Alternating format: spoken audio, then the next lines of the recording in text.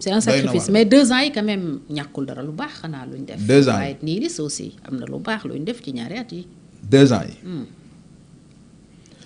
waaw man damay toog di ci xalaat de même sans boo ma posé wul question bi damay toog ne waaw man ñii. mais gis nga dara luñ def lenn de gis naa ko signé nañ ak enseignants yi problème mu décisionnaire yi mais signé la. application amut. parce que je veux être mais gisaatuma man damay xool très sincèrement. j'ai des wàññi nañ fi njëgu denrées alimentaires yi par exemple. boo amul loo jëndee denrée noo koy kii. et puis ñoom. wàññi njëgu carburant ñoom posé wul question.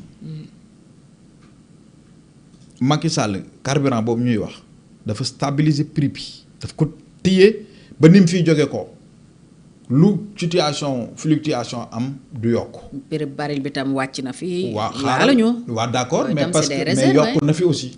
yokku na fi te booba amuñ pétrole amuñ gaz mais ñi biñ ñëwee am nañ pétrole am gaz xam nga ñoom li ñu waroon a accélérer gis nga tey la planification c'est des priorités il faut mettre en avant bi ñu ñëwee dañ waroon a accélérer fexe.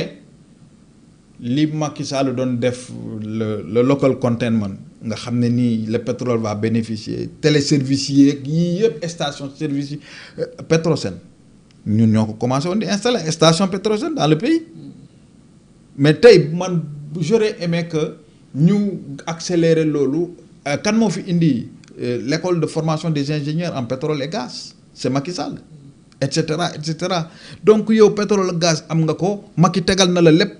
tegal na la cadre bi mais gaawantul foofu nga réaliser fa dara.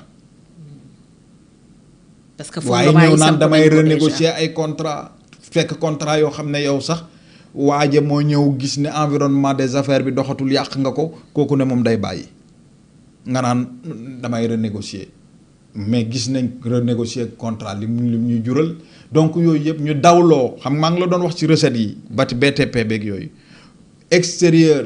investisseurs yi war a indi seen alal ragal l'environnement des affaires baaxatut justice amatut parce que boo ne damay topp diw boo ne diw danañ ko jàpp su suba ko ñu jàpp diw boo ñëwee fekk contrat diw entre nga woo homme d'affaires ba menacé ko mu bàyyi wala mu céder sous pression les entrepreneurs. L'investisseur n'est pas rassuré. oui amul justice bi.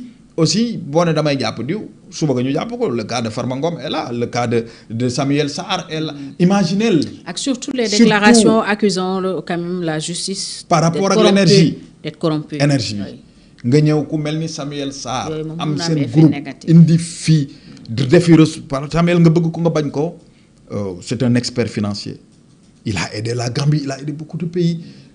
li tax Wade tegoon ko ci wetam xam na ko def ko d'abord conseiller spécial financier Samuel dafa xam nu ñuy indee investisseur mu indi ñu tabax seen centrale yow nga ñëw forcing nangu centrale boobu def ko sous délégation xaw ma lan mais tëj ko mais dafa am problème interne ci seen biir mais non xam nga tey xam nga Pastef luy seen problème ñoom bi ñëw tey dañuy dégg ñu ne man ak yow am nañ problème ñu ñëw activement ne ma song ko fekk bu ma la songee aussi effet ba muy def ci dëkk bi amul njëriñ.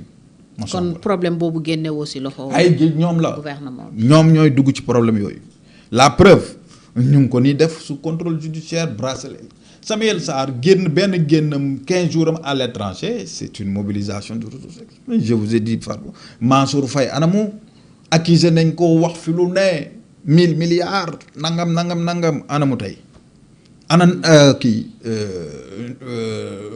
Ndeye Saly Diop mi nga xam ne nii ku ko xam ne liggéeykat la woon parce que moi j'étais au cabinet du président conseil spécial chargé des enfants xamoon naa lan la doon parce que ñoom maa doon seen répondant kooku nga mujj ci ay ventilateurs yi ki ay xaw ma nu mu tudd kilim mais tëj ko privé ko fi ana kii. heureusement il n'est pas allé en prison moom elle a cautionné. Galadima Sophie Gladima.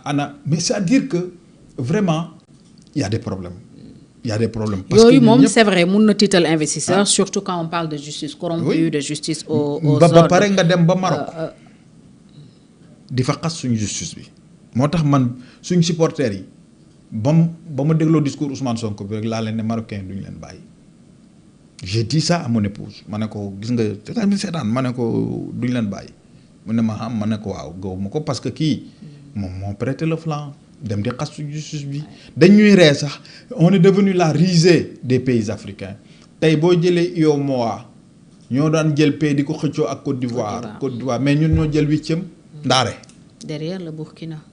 derrière la Guinée-Bissau Guinée-Conakry. derrière la Guinée-Conakry qui monte en puissance et cetera dégg nga ne déet Afrique ñëpp a ngi lay ree kenn bëggatul la déglu soxor maanaam yow c'est vraiment xen du gouverner réew c'est il faut que aussi ñu revenir sur ça nañ defar xol yi c'est-à-dire que nañ rafetal xol yi xam ne réew mi bu baaxee ñun la baaxal bu bonee ñun la bonal ñun mënoon nañu toog fii def comme ñoom way justice bi nangam mais appeler au gatsa. En parlant de génn noo comprendrez décision yi premier ministre jël annulé par exemple sortie yi mu prévoir woon yëpp les voyages wax ne tam benn ministre du génn ci réew mi sudul pour une mission essentielle. waaw man j'ai des problèmes. C'est une bonne mesure.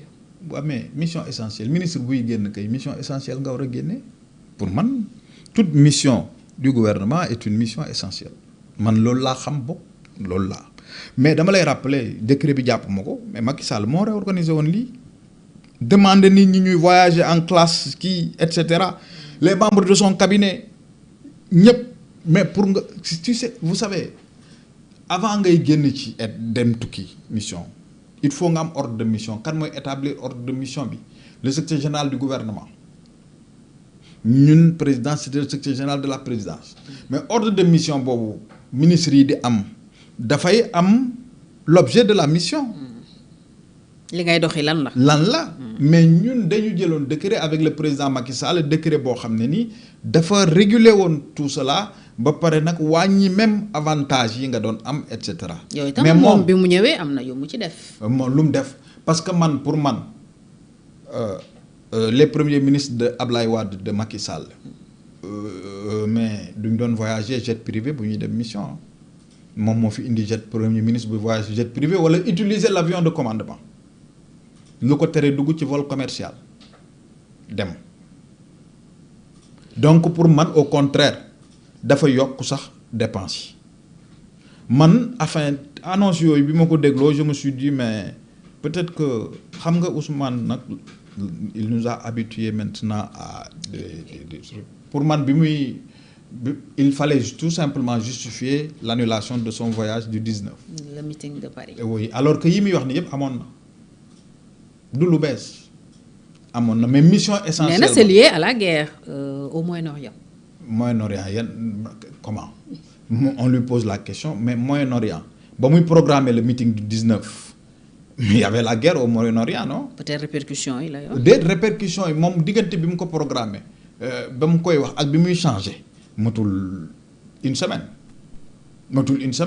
donc répercussions yi moom commencé woon na mais beneen bi man soxna Fatou mooy que ne en vérité parfois j'ai des problèmes parce que su fekkee yow da nga wax ne annuler nga sa mission boobu kon moom mission boobu di mission politique bi mu doon dem pour man daf mission bu état bi waroon a financer la en vérité